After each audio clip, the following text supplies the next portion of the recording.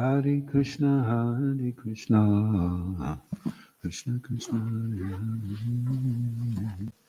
So this is the section, devotional qualities. Actually, a person who is developing Krishna consciousness and still has some attachment to material enjoyment will soon be freed from such a tendency by regularly discharging devotional service under the instructions of a bona fide spiritual master.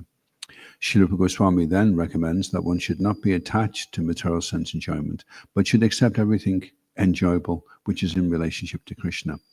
For example, eating is necessary, and one wants some palatable dishes to satisfy his sense of taste. So in that case, for the satisfaction of Krishna, rather than for the satisfaction of the tongue, some palatable dishes may be prepared and offered to Krishna. Then it is renunciation. Let the palatable dishes be prepared, but unless they are offered to Krishna, one should not accept them for eating. This vow of rejecting anything which is not offered to Krishna is actually renunciation. And by such renunciation, one is able to satisfy the demands of the senses.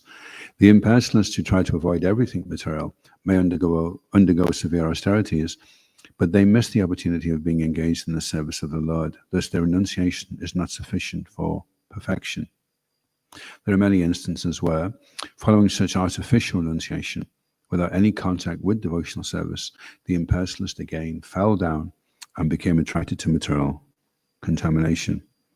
There are many supposed renouncers, even at the present moment, who officially become sannyasis or renouncers and outwardly claim that spiritual existence is truth and material existence is untruth. In this way, artificially, they make a show of renunciation of the material world. However, because they cannot reach the point of devotional service, they fail to achieve the goal, and they again come back to material activities such as philanthropic work and political agitation.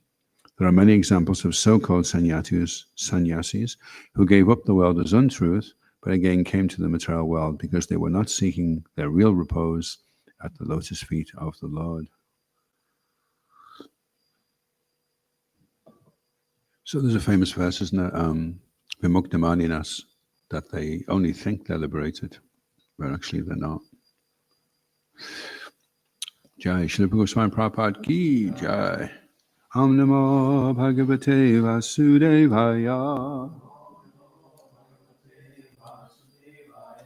Om Namo Bhagavate Vasudevaya. Om Namo Bhagavate Vasudevaya. We're reading the 7th canto of the Srimad Bhagavatam, and it's chapter 12, entitled The Perfect Society for Spiritual Classes. And what text is it? 7. Vajaye Pramada Gatam. Vajaye Pramada Gatam. Agrasto Brihadvrata. Agrasto Brihadvrata. Indriyani Pramatini. Indriyani Pramatani. Haranti Api Yatir Mana. Harantyapi Yatir Mana. Vajaye Pramadagatam. Agrasto Brihadvrataha. Indriyani Pramatani.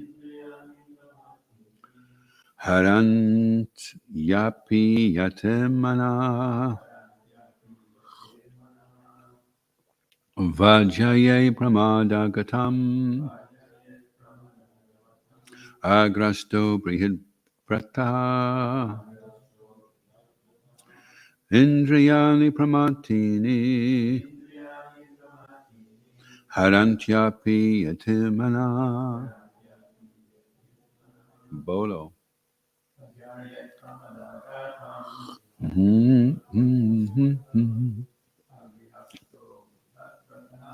Agrahasto Brihadvrata.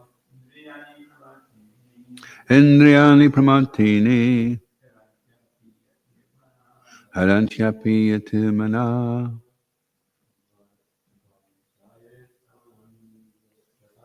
vajayat pramadagatam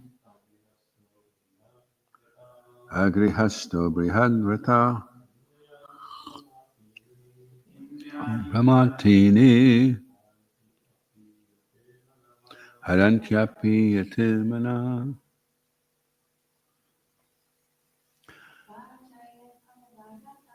Vajjare pramadagatam agrasto brihadvrata indriyani pramatini harantyapi yatimana vajjaye must give up pramadagatam talking with women agrahasta a person who has not accepted the grihasta ashram,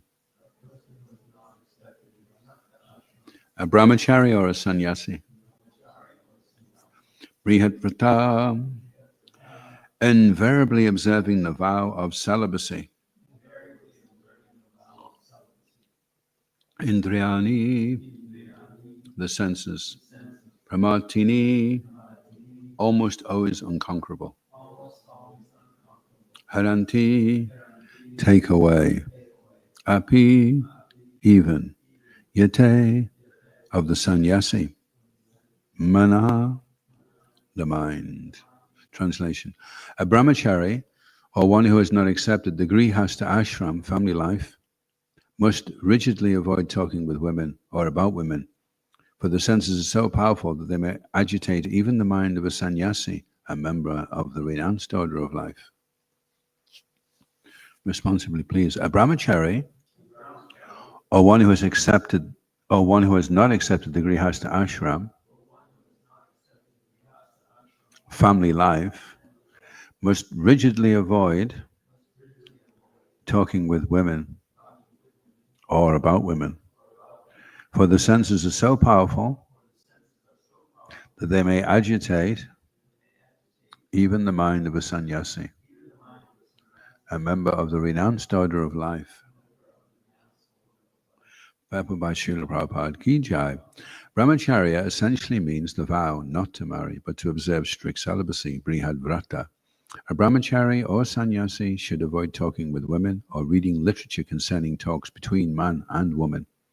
The injunction restricting association with women is the basic principle of spiritual life. Associating or talking with women is never advised in any of the Vedic literatures. The entire Vedic system teaches one to avoid sex life so that one may gradually progress from brahmachari to grihasta, from grihasta to vanaprastha, and from vanaprastha to sannyas, and thus give up material enjoyment, which is the original cause of bondage to this material world. The word brihadvrata refers to one who has decided not to marry, or in other words, not to indulge in sex life throughout his entire life. Om Ganatimarandasya Gananyana Shalakaya Chakshunan Malitam Yena Tasmai Shri Guruve Namaha Shri Chaitanya Manobhistam Stapitam Yena Bhutale Swayam Rupa Kadamayam Tadati Swabadantikam Jaya Shri Krishna Chaitanya Prabhu Nityananda Shri Advaita Gadadha Shri Vasali Gaura Bhaktarinda Hare Krishna, Krishna Krishna, Hare Hare, Hare Rama, Rama Rama, Hare Hare. Vancha kalpatarubhyascha kripa sindhubhyevacha paritanam bhavanebhyo vaishnavebhyo namo namaha. So in the text, brahmachari should not be, has not, it says brahmacharya or one who has not accepted the grihasta ashram. So anyone who's not married must rigidly avoid talking with women or about women. Because the senses are so powerful. So Radhanath Maharaj was saying one time that if you keep a block of butter in the freezer for 30 years, still when you put it out in front of a flame, it will melt. So it's just the way the material world works. So one needs to respect that, and also that distance is there as a sign of respect from both sexes. And woman is always considered to be mother. Chanakya Pandit, he says, a learned person, he sees other people's property as garbage, as every woman other than his wife as mother. And was there another one? So this is education, this is real culture. And by doing that, then the woman can be respected. And as soon as the woman is not respected, then we have the destruction of the whole social system. Everything breaks down. They say, oh, we want to make women equal, and give them equal opportunities. But Prabhupada was explaining this is just a device to exploit the women. Oh yeah, you can, we're just walking around without our t-shirts on, you can do the same, we're all equal. So in this way, they're no longer protected, and they become exploited. So brahmachari essentially means the vow not to marry, but to observe strict celibacy. So generally in the Vedic culture, a man was trained to control himself. So if he wanted to marry at 25, he could remain reasonably stable in that ashram and become a good husband. Prabhupada said every man in ISKCON should be a brahmachari, and every woman should get married. So every woman should get married to a brahmachari. But when you're married, you can't behave like a brahmachari to your wife. You have to show her support and listen. The real act of love isn't sex, actually. The real act of love is to listen. If you love a person, then you listen to them. And that is the problem. The man listens to the woman because he wants to have something else, and the woman lets the man have something else because she wants someone to listen to her. So everyone's there for cross purposes. Anyway, he's trained so that after 25 years of that, when he goes into the Grihastha ashram, so if somebody takes up Krishna consciousness and after 5 hours decides he wants to get married, he's probably not going to be so good in that ashram. He needs to be trained 5 years, 10 years, and then he can be a good householder. So the brahmachari, the sannyasi, should avoid talking with women or reading literature concerning talks. So there's 8 principles of celibacy, and one of them is not thinking about women, not talking with them, not planning anything with them. So that falls into those. This injunction, restricting association. Actually, I was just listening to Srila Prabhupada, and he was saying this morning, he was criticized because he allowed both ladies and men to go to be in the temple together, and some of the strict smarter Brahmins in India were criticizing this, saying it was bogus. And Prabhupada was saying, well, we have to take into account the culture, that this is what they're used to in the West, this free mingling. So therefore we have to allow. And he said, and also, why shouldn't the ladies be given a chance to chant Hare Krishna? Why should it just be the men? They should also get the opportunity. And then he says, and also all these different restrictions and injunctions, they apply to women outside of Krishna consciousness. We said, well, when a lady takes up Krishna consciousness, then it's a special situation. So Prabhupada, he didn't see his female disciples as females. He saw them as spirit souls, and that they have an equal right and give them equal opportunities to chant and practice spiritual life. So because that was Srila Prabhupada's, he observed what was going on in the West, and he saw that this is the way things are. So he saw this was the best way to introduce Krishna consciousness. And so therefore, ladies also, we have a lady in the mana, Mother Vishaka. She's a temple president. So ladies can take up positions of responsibility. So the injunction restricting association with women is the basic principle of spiritual life. So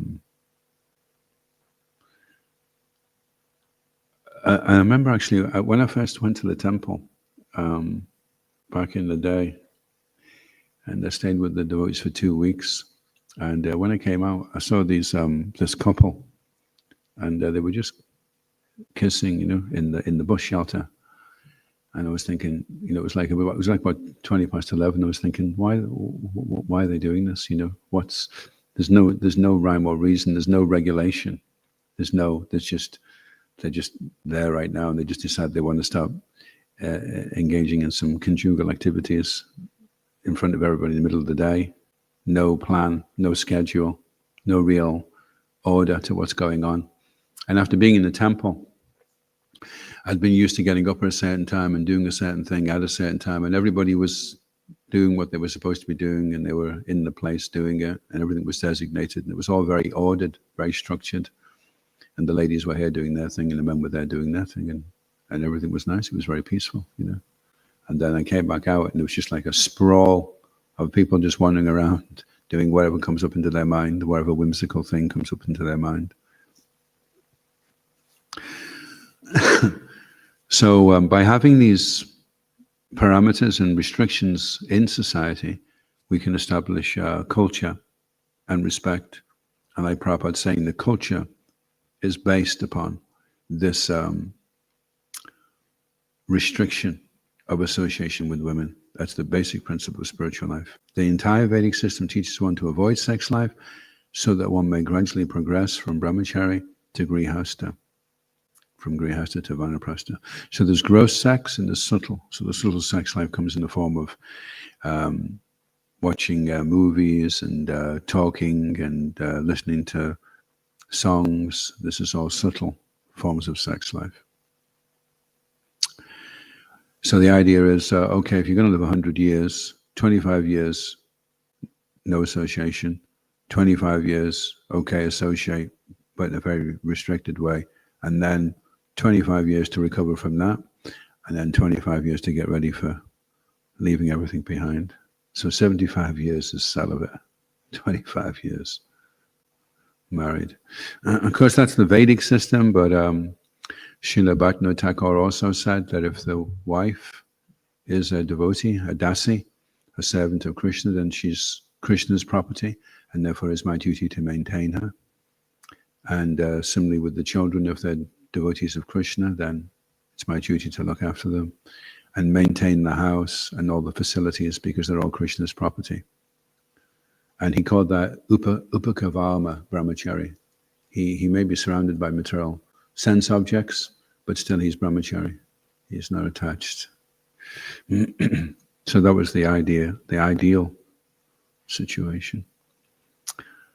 The word Brihad Vrata refers to one who has decided not to marry. What was the name for Bhishma Dev when he took the vow to not marry? There was some flowers came down from the sky from the demigods, and he was called, I think it was something like Brihad Vrata. And because Bhishma Dev, his father had fallen in love with this girl, fisherman's daughter, but the father of the girl would only let him marry the girl if it could be somehow guaranteed that the son born of that relationship would be the next king. So the only way that could happen is if Bhishma Dev took that vow, Brihad Vrata, to remain celibate all his life, which is very, very difficult for a Kshatriya who's in the mode of passion. That's like, it's okay for a Brahmin to do that, but for a Kshatriya, it's very, very difficult. And so when he made the vow, these little flowers came down.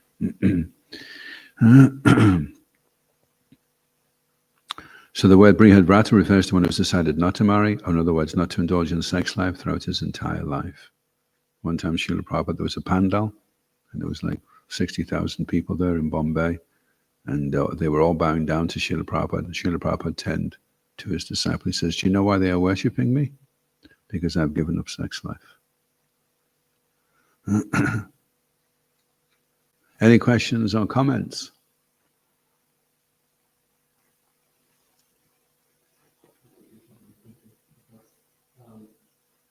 So it has more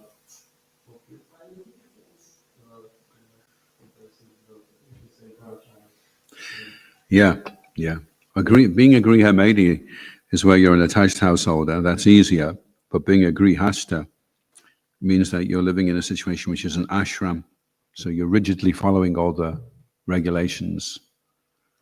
And you're also Guru Pati. You've also become the guru of the family. You're leading the family now. So if all the kids go wonky, then the pressure's on your shoulders. You're supposed to make sure everyone's headed in the right direction, you know.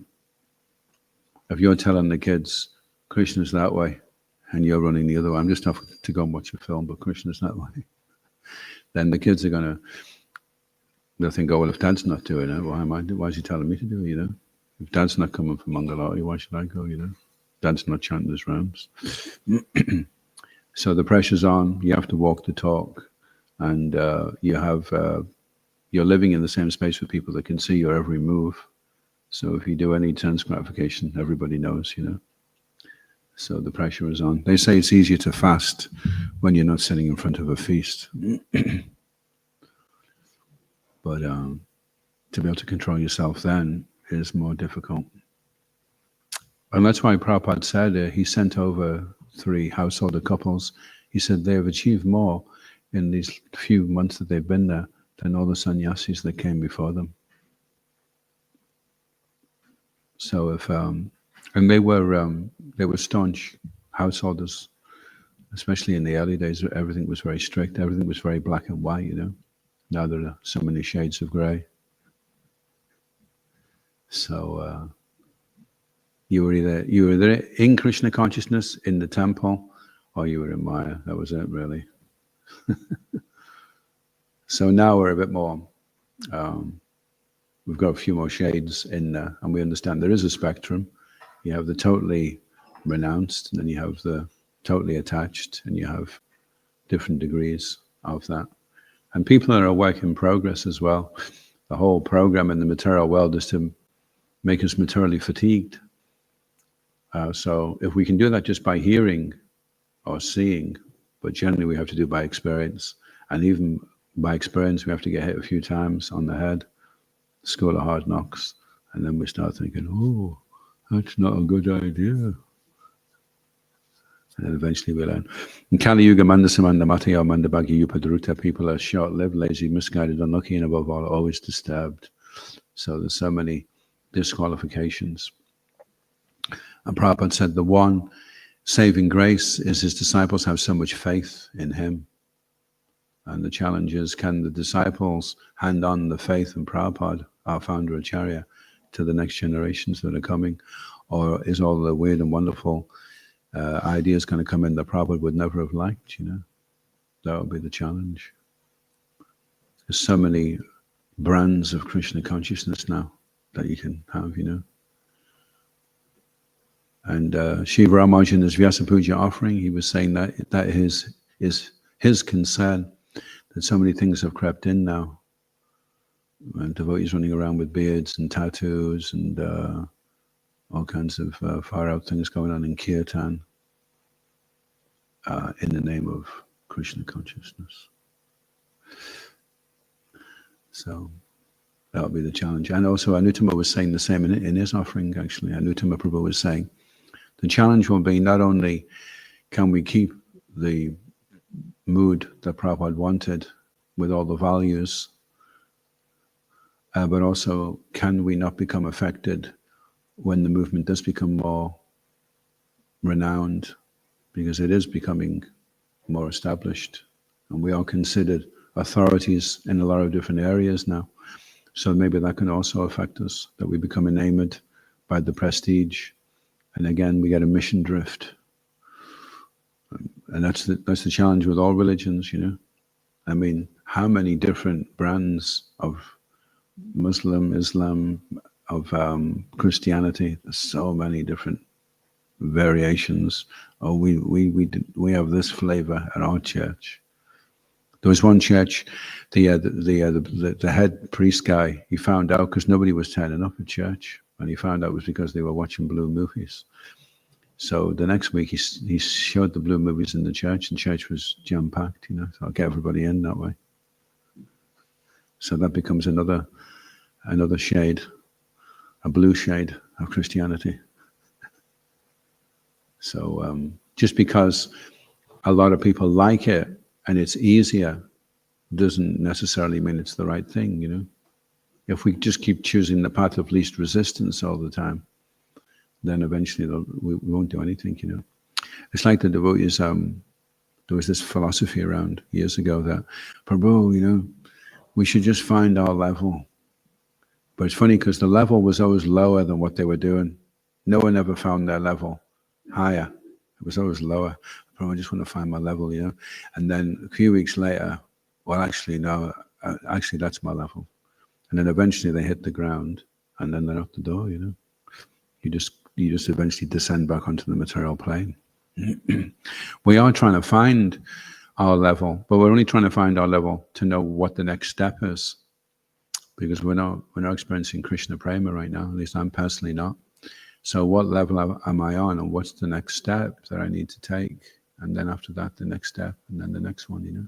If we get stuck on any of the levels, we stagnate. You have to keep moving on. Keep taking the association of devotees that are a few levels higher than us, you know. And then that will pull us up out of it. I can't remember what the question was now. Oh yeah, about being renounced in the Grihastha ashram. So yeah, and that's why sometimes devotees don't get married, but they're not really brahmacharis, they're just bachelors. They're just kind of hanging around, you know. And the only reason they don't want to get married is because of the hassle that's going to come with it, you know. Whereas if you do get married, all the hassle is purification. Shishikonitai Maipashashi ki jai. Shitashinath Maharaj ki jai. And I got a taste of that yesterday. We were moving furniture down to Mataji's house. I think she's Russian or Ukrainian. She speaks both languages, Anjali Mataji.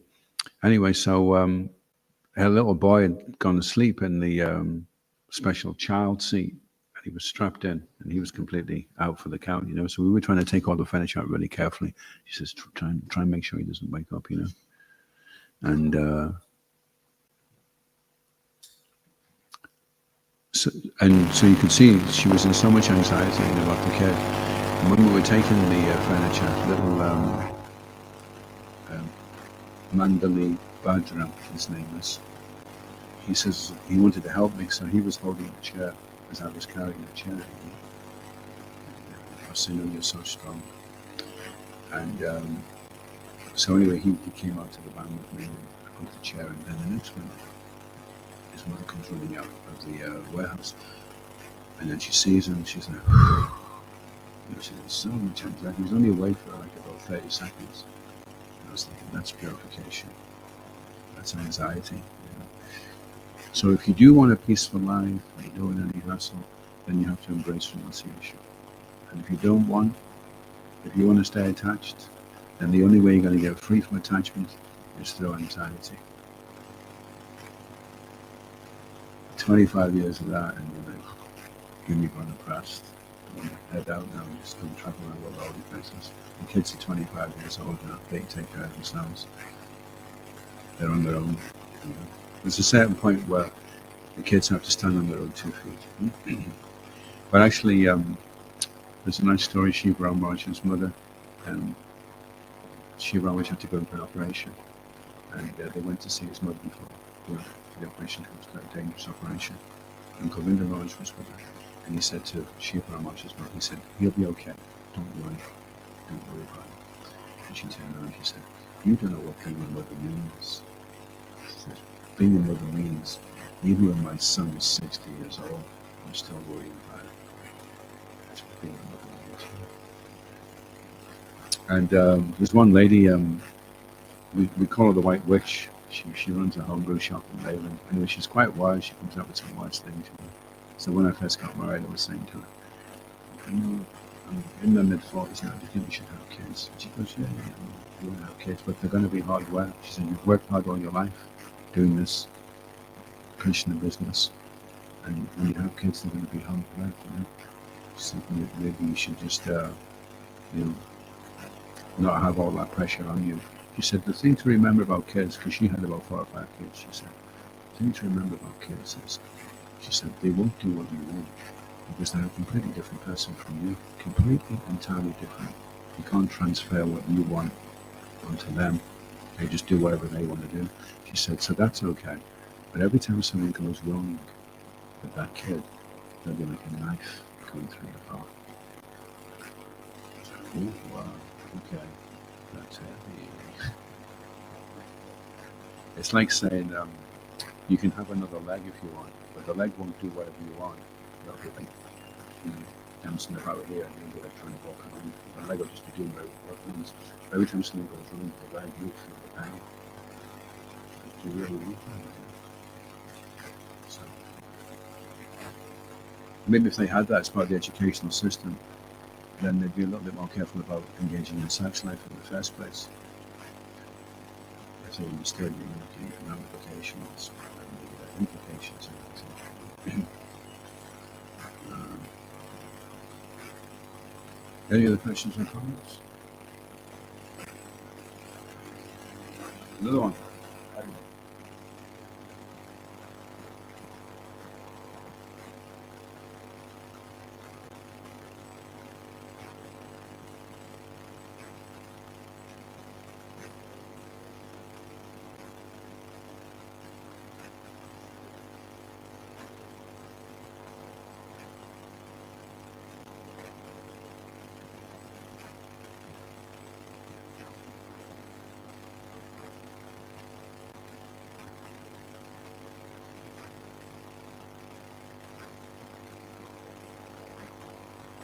It makes sense to do it. When Prabhupada was there, we were all trying to be sannyasis, we were all trying to be brahmacharis, Prabhupada was preaching heavily, really trying to do that.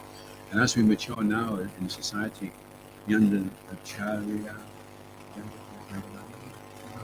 from Spain, Spanish sannyasi, he did a book all about sannyas, and his conclusion was the best sannyasis are the ones who have been married or that were stable, rather than trying to, I'm going to cut all that out. It'll be easier, It's still really the wrong motivation for going into the Grihastha, the Brahmacharya ashram or the sannyasi ashram. But if they go through the mill and they've got the t-shirt, they bring their, and they're like, that's it, that's that chapter finished. So sometimes, although it seems like it's going to be more difficult and more hassle sometimes to go through the whole system of ashram. And they were more qualified hundreds and thousands of years ago than we are now, but they had that there so that they could go through it, they could get that enjoyment out of their system, do what they needed to do in the material world, and then give it up once and for all. Rather than trying to renounce it and still in the mind, they're thinking, well, maybe it would have been okay, I would have put a nice wife and a couple 2 little demigod kids and a family okay. So, okay, go through it. Take the responsibility, take the anxiety, become purified, come out the other end, and you're sober, you're experienced. And Vanaprasthas, Jayadvaita Maharaj was saying, they'll be the real backbone of our society because they've been through the Grihastha ashram and they've come out the other end. And then they can help others that are in the ashram. Just keep going, you'll come through it. Everything will be okay, just keep going. They can encourage. Whereas a sannyasi can't really say that, and a brahmachari can't really say that because they've never really been through it or experienced it. So the Vanaprasthas make the best mentors, at least for Grihastha couples anyway. And maybe the brahmacharis go to the sannyasis, hoping that they can cultivate that same spirit and bypass the Grihastha ashram. Yeah, but for most of us, we have to go through it. We just accept. And then if your wife is committed to Krishna consciousness to the same degree that you are, then that's the most compatible factor. You're both there because you want to, and then as Vanaprasthas, you can travel, you can go to temples, give classes, counsel people, and this is a really nice ashram to be in, actually. I mean, I'm not wearing the clothes. We haven't really got that one down yet, and it's got hooked up on the first is okay. Yellow.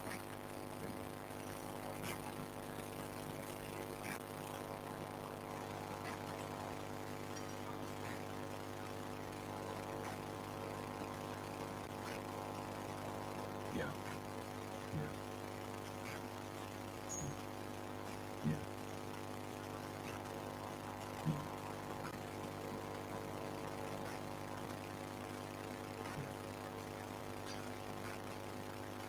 Yeah, there was a leading brahmachari in the Mana, and he was telling me, because his Guru Maharaj had told him don't get married, and I think he would have liked to otherwise. So he's like, but he said one thing that really helped him was he takes shelter of the female energy as an attitude. So he sees the woman's mother, and that way he feels sheltered in the association rather than feeling agitated. So it's such an amazing culture because when you see a lady being displayed in a half-naked way, you would never want your mother looking like that. Why are they doing it? That's just disrespectful, And it's so rasabas. You see some newspaper, it's got some terrible story, something happening, and then the very next side of the page, it's a lady with nothing conflict. That is so disrespectful. We're just in mourning now about this terrible thing that's happened, and then the next minute.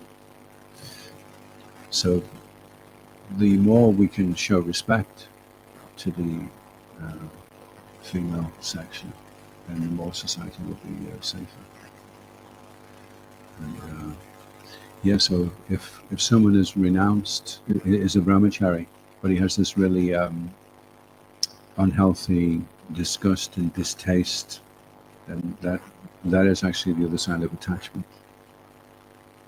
They're trying to show, there's a woman, which it's because they're so attached, Whereas an actual brahmachari, he's like when Shukadeva Goswami ran past, he was naked when he renounced, he was renunciant very early on, he was a young boy.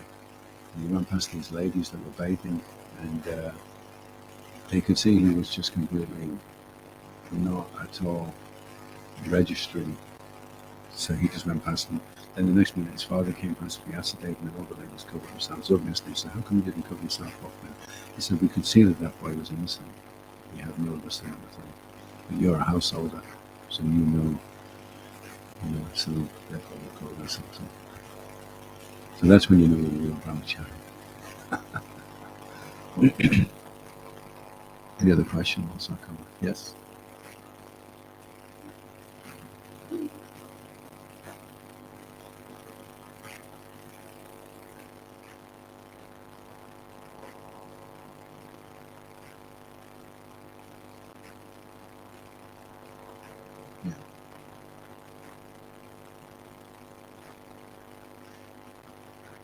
Yeah, it's funny because they say they want equality, but when you actually look at it, it's not.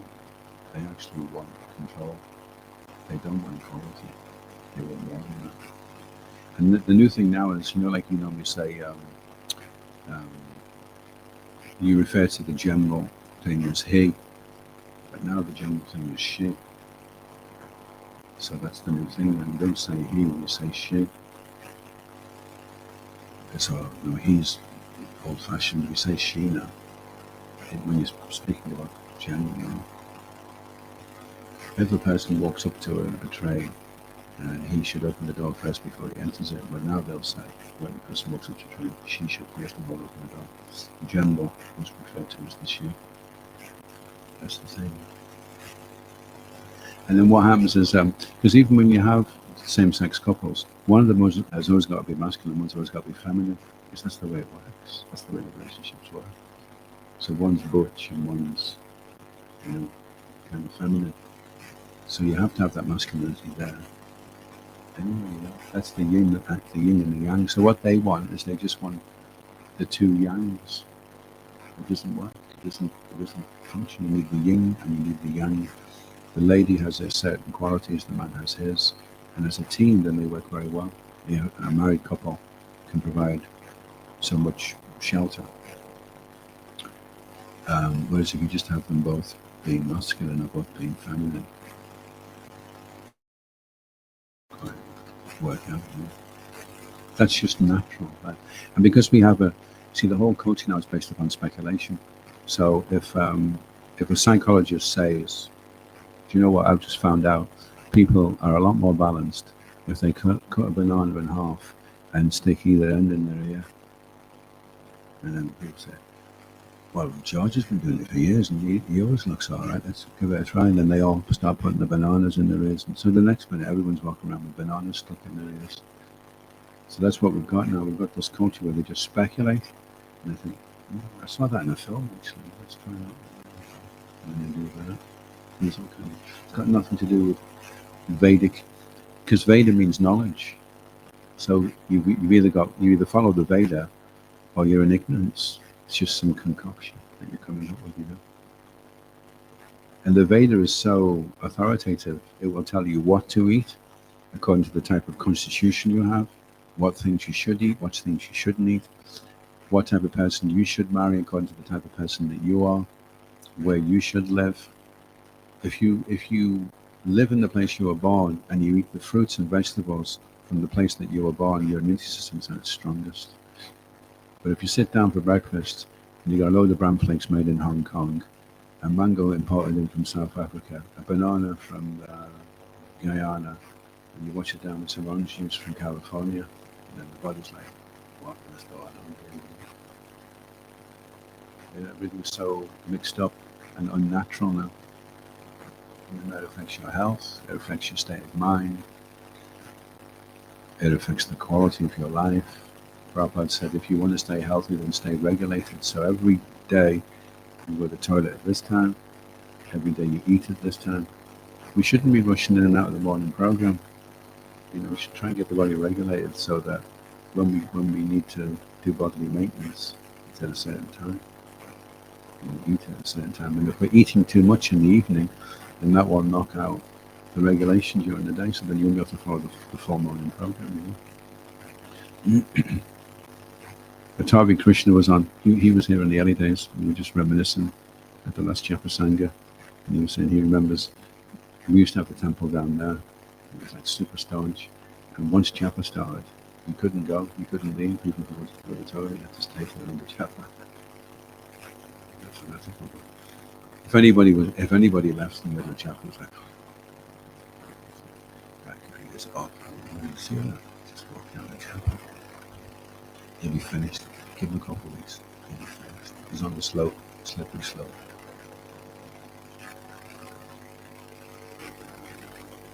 He was super staunch. And if you were sleeping as well in Japa, you used to squirt them. Squirt them in the face, yeah. It was so embarrassing. You didn't fall asleep in Japa after that, They were the good old days.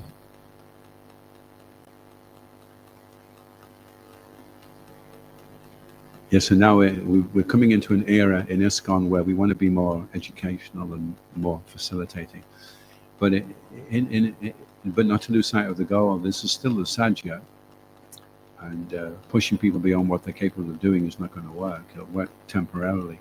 But we need to find what we can sustain, and then over a long period of time, we will get there. It will take a lifetime, maybe more, or at least one lifetime. Like if you had the fan going for a while and you pull the plug out, it's going to keep going round for a while, Then it'll start to slowly lose momentum. And then once it's stopped, then you can get to go the other way.